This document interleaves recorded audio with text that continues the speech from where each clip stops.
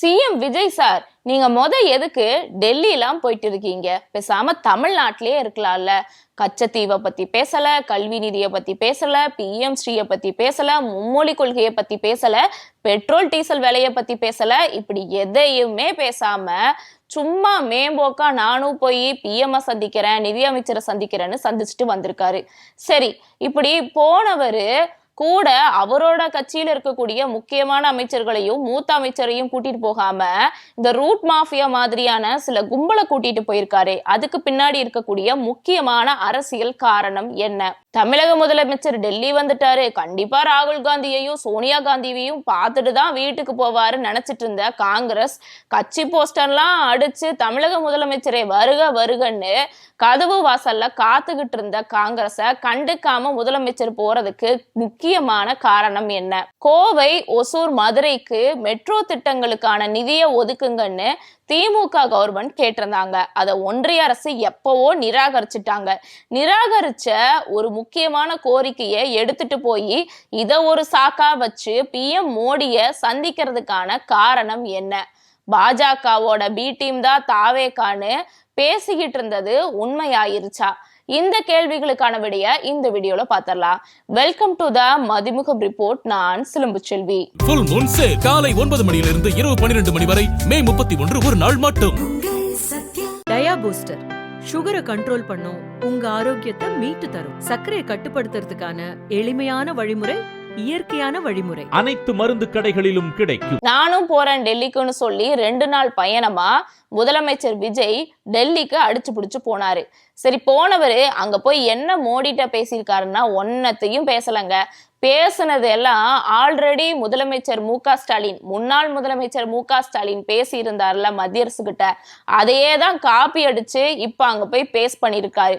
அதாவது திமுக அரசு கொண்டு வந்த நலத்திட்டங்களை தான் காப்பி அடிக்கும்னு சொல்லிட்டு பார்த்தா இந்த தாவேக அரசு, அவங்க போன கவர்மெண்ட் ரூலிங்ல இருந்தப்ப மத்திய அரசு கிட்ட கேட்டிருந்திருப்பாங்கல்ல, அதே கோரிக்கைகளையும் அதே நிதியை தான் இப்ப தாவேக அரசு போய் கேட்டிருக்கு. இதுக்கு இவரை நாம முதலமைச்சரா தேர்ந்தெடுத்து செலக்ட் பண்ணி வச்சிருக்கோம். சரி, இது ஒரு பக்கத்துல இருந்தாலுமே அவர் அங்க போய் என்ன பேசியிருக்காருன்னா, சரி பேசியிருக்கிறத விடுங்க, என்ன பேசாம இருந்தார் தெரியுமா? அதுதாங்க எக்கச்சக்கமா இருக்கு. அதாவது தமிழக மக்கள் தொடர்ச்சியா இந்த ரீசன்ட் டேஸ்ல பெட்ரோல் டீசல் விலையினால கடுமையா பாதிக்கப்பட்டிருக்காங்க. அதை பத்தி ஒத்த வார்த்தை கூட பேசல. அடுத்த ஜூன் மாசத்துல சிபிஎஸ்இ பள்ளிகள்ல மும்மொழி கொள்கை அமல்படுத்தப்படும்னு சுற்றறிக்கையே வந்துருச்சு. அதையும் பத்தி பேசல. பிஎம் ஸ்ரீயை அமல்படுத்துங்கன்னு மத்திய அரசு கிட்ட தமிழக அரசுக்கு ஒரு அறிக்கை வந்துச்சு. அதை பத்தியும் எதுவும் பேசல. சரி, கச்சத்தீவை பத்தி பேசினாரா? அதுவும் பேசுற. கல்வி நிதிய நம்மளுக்கு தமிழ்நாட்டுக்கு கொடுக்க வேண்டிய கல்வி நிதியை கொடுக்காம நீங்க மும்மொழி கொள்கையை ஏத்துக்கிட்டாதான் உங்களுக்கு நாங்க கல்வி நிதி தருவோம்னு பிளாக்மெயில் பண்ணிக்கிட்டு இருந்தாங்க திமுக கவர்மெண்ட் ரூலிங்ல இருந்தப்ப. அதே பிளாக்மெயில இப்ப பண்ணாதீங்க, உங்கள் தானே நானும், எனக்காவது ஒரு வாய்ப்பு கொடுங்க, நான் இருக்கப்பயாவது தயவு செஞ்சு இந்த கல்வி நிதியை கொடுங்கன்னு தமிழக மக்களுக்காக கேட்டாரா? அதையும் விஜய் கேட்கல. இப்படி உருப்படியான விஷயம் எதையுமே கேட்காம அரைச்ச மாதிரி திமுக கவர்மெண்ட் மு.க. ஸ்டாலின் அவர்கள் தமிழ்நாட்டுக்காக மத்திய அரசு கிட்ட என்னென்ன கேட்டிருந்தாரோ அதையே தான் திருப்பி இவர் கேட்டு வச்சிருக்காரு. என்ன ஒன்னே ஒண்ணு கூடுதலா, தமிழ் தாய் வாழ்த்தா இனிமே அரசு நிகழ்ச்சிகள் எல்லாத்துலயும் ஃபர்ஸ்டா பாடணும்னு சொன்னதை போய் கேட்டிருக்காரு. அதையும் எதனால கேட்டிருக்காரு? அவரே அறிக்கையில மென்ஷன் பண்ணியிருக்காரு, தமிழ்நாட்டு மக்களும் அதை ஏத்துக்கல, எதிர்கட்சிகளும் அதை ஏத்துக்கல, அவங்களோட தொல்லை தாங்க முடியல, தயவு செஞ்சு என்னை நிம்மதியா இருக்க விடுங்க, அதனால இந்த தமிழ் தாய் வாழ்த்த முதல்ல பாடுறதுக்கு எனக்கு நீங்க தான் உதவி செய்யணும்னு போயிட்டு சரணடைஞ்சிருக்காரு. அதுவுமே திமுகவை சேர்ந்த மு.க. ஸ்டாலின் அவர்கள் பிரஷர் பண்ணனாலதான் இதையே போய் கேட்டிருக்காரு. ஒன்னே ஒண்ணு உருப்படியான விஷயம், இதை மட்டும் தாங்க போய் இவர் டெல்லியில போய் கேட்டு வந்திருக்காரு.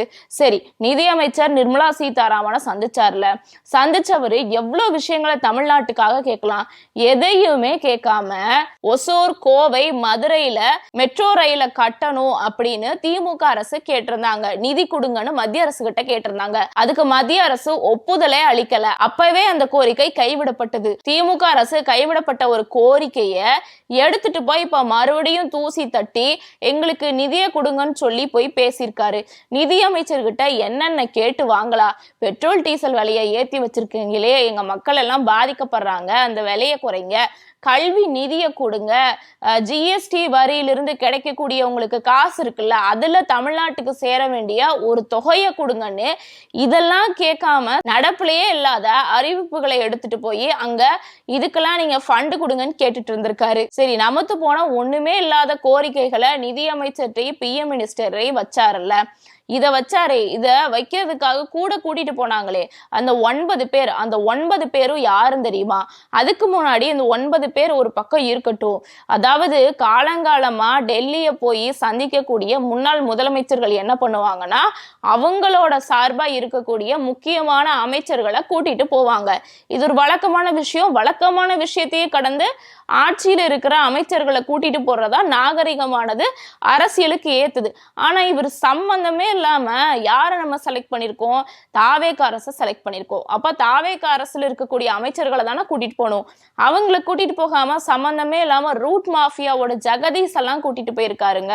சரி, அவரை மட்டும் தான் கூட்டிட்டு போயிருக்காரான்னு பார்த்தா அவர் கூட்டிட்டு போன மிச்சம் 8 பேரும் தேவையே இல்லாத ஆணிங்கிற மாதிரிதான் இருக்கு. யார் யாரு தெரியுமா கூட கூட்டிட்டு போயிருக்காரு? அந்த route mafia Jagadeesh, Vishnu Reddy, Ramkumar, Jagadeesh, Rajendran, Nayem, G Senthilkumar, Narishetty, இந்த மாதிரியான ஆட்களை தான் கூட்டிட்டு போயிருக்காரு. அதாவது பிரதமர் மோடியை சந்திக்கிறதுக்கும் நிதியமைச்சரை சந்திக்கிறதுக்கும் இவங்கெல்லாம் தேவையா அப்படிங்கிற கேள்வியும் எழுது. குறிப்பா இவங்களாம் இப்ப என்னென்ன பொறுப்புல தெரியுமா இருக்காங்க? பொறுப்புல இருக்கிறதுக்கு முன்னாடி இவங்களுக்கு என்னென்ன பேக்ரவுண்ட் தெரியுமா இருக்கு? ஜெகதீஷை பொறுத்த வரைக்கும் உங்களுக்கு தெரியும், இந்த குழந்தைங்களை மேனிப்புலேட் பண்ணி ஓட்டு வங்கியா மாறதுக்கு ஒரு முக்கியமான ஆளு. இவர்னாலதான் குழந்தைகளை வச்சு ஒரு பெரிய ஓட்டே விஜய்க்கு கிடைச்சது. ரூட் மாஃபியாவை இயக்கிறதே இந்த ஜெகதீஷ் தான்.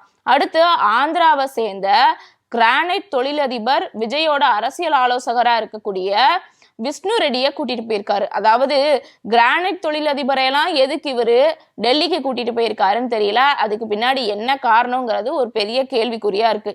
அடுத்து பாதுகாப்பு அதிகாரி, அப்புறம் விஜய்க்கு சிகை அலங்காரம் பண்றவங்கள கூட்டிட்டு போயிருக்காரு. அடுத்து விஜயோட ஓட்டுநரு, அப்புறம் பார்த்தா பாதுகாப்பு மற்றும் திறமை மேலாண்மை நிபுணரு, விஜயோட முதன்மை செயலாளரான மூத்த IAS அதிகாரி, விஜயோட தனி செயலாளர். இதுல அமைச்சர்கள் யாருமே இல்ல. சம்பந்தமே இல்லாம ஒன்னத்துக்குமே ஆகாத தேவையில்லாத ஆணியா இருக்கக்கூடிய இந்த 9 பேரை கூட்டிட்டு போயிருக்காரு. இதுக்கு பின்னாடி என்ன அரசியல் இருக்குங்கிறது போக போக தான் நம்மளுக்கு தெரிய வரும். சரி, இவங்களையெல்லாம் கூட்டிட்டு போனார்ல, போனவர் என்ன பண்ணிருக்கணும்? கண்டிப்பா ராகுல் காந்தியையும் சோனியா காந்தியையும் மீட் பண்ணிருக்கணும். அதையும் பண்ணல. தமிழக முதலமைச்சர் விஜய் டெல்லிக்கு வராரு, கண்டிப்பா நம்ம தலைவர் ராகுல் காந்தியையும் சோனியா காந்தியையும் பார்த்துட்டு தான் போய் மோடியவே சந்திப்பாருன்னு ஓவர் பில்டப் அடிச்சு விஜய்க்கும் ராகுல் காந்திக்கும் பேனர் அடிச்சு வச்ச டெல்லி காங்கிரஸ்காரவங்க எல்லாம் தலையில அடிச்சுக்கிறாங்க. எதுக்குதான் இந்த தேவையில்லாத வேலையை பண்ணமோ கொஞ்சம் கூட மரியாதையே இல்லாம ஸ்ட்ரைட்டா மோடியையும் நிர்மலா சீதாராமனை மட்டும் பார்த்துட்டு அவரு பாட்டுக்கு கிளம்பிட்டாரேன்னு கடுப்புல இருக்காங்க. அது மட்டும் இல்லாம ராகுல் காந்தியையும் சோனியா காந்தியையும் சந்திக்காம இருக்கிறது தமிழக காங்கிரஸ் மத்தியிலேயே ஒரு பெரிய அவமரியாதையா கருதப்படுதுன்னு பலரும் இப்பயே சோசியல் மீடியால குமுற ஆரம்பிச்சுட்டாங்க. அதாவது இப்பயாவது காங்கிரஸுக்கு சொரண வருமானு தெரியல. இவங்க தாவேகாவை சேர்ந்தவர்கள் அவங்கள மதிக்கவே இல்லை. அவங்க தான் தேடி போனாங்க. சரி, தேடி போனவங்களை டெல்லியில இருக்கக்கூடிய மூத்த தலைவர்களையாவது மதிப்பாருன்னு பார்த்தா அதையும் மதிக்கல. அவரு பாட்டுக்கு போய் மோடியையும் நிர்மலா சீதாராமனையும் மட்டும் சந்திச்சுட்டு வந்துட்டாரு. இந்த இடத்துலதான் நம்மளுக்கு ஒரு கேள்வியே எழுது. அதாவது பாஜகவின் பி டீம் தான் தாவேகா விஜய் அப்படிங்கறது நிறைய இடத்துல நிறைய மென்ஷன் பண்ணிட்டு வந்துட்டு இருந்தாங்க. குறிப்பா திருமாவர்களே RSS ஓட பிள்ளை தான் விஜய் அவர்கள்னு சொல்லியிருந்தாரு. திமுகவை சேர்ந்தவர்களும் பிஜேபியோட பி டீம் தான் தாவேக்கான்னு பல இடங்கள்ல சொல்லியிருக்காங்க. அதை நிரூபிக்கிற மாதிரியே அவரை ஜெயிக்க வச்ச அவரோட தாய் வீடான மோடி அவர்களை போய் பார்த்துட்டு வந்திருக்காரு. அமித்ஷா அவர்களை பார்க்கல. அதுக்கு பின்னாடி என்ன கதைங்கிறத நம்ம அப்புறம் பார்ப்போம். நிர்மலா சீதாராமனை போய் பார்த்துட்டு வந்திருக்கிறாரு. ஸோ இவங்க 2 பேரை மட்டும் பார்த்துட்டு போயிட்டு எனக்கு தெரிஞ்சு இந்த நிதி கேட்கறது கோரிக்கைகளை வைக்கிறதுக்கெல்லாம் போயிருக்க மாட்டாரு. என்னை எப்படியோ நீங்க நினைச்ச மாதிரி தமிழ்நாட்டுல ஜெயிக்க வச்சுட்டீங்க, அதுக்கு நன்றி அப்படின்னு நன்றி சொல்றதுக்கு போனாரா என்னங்கிறது தெரியல.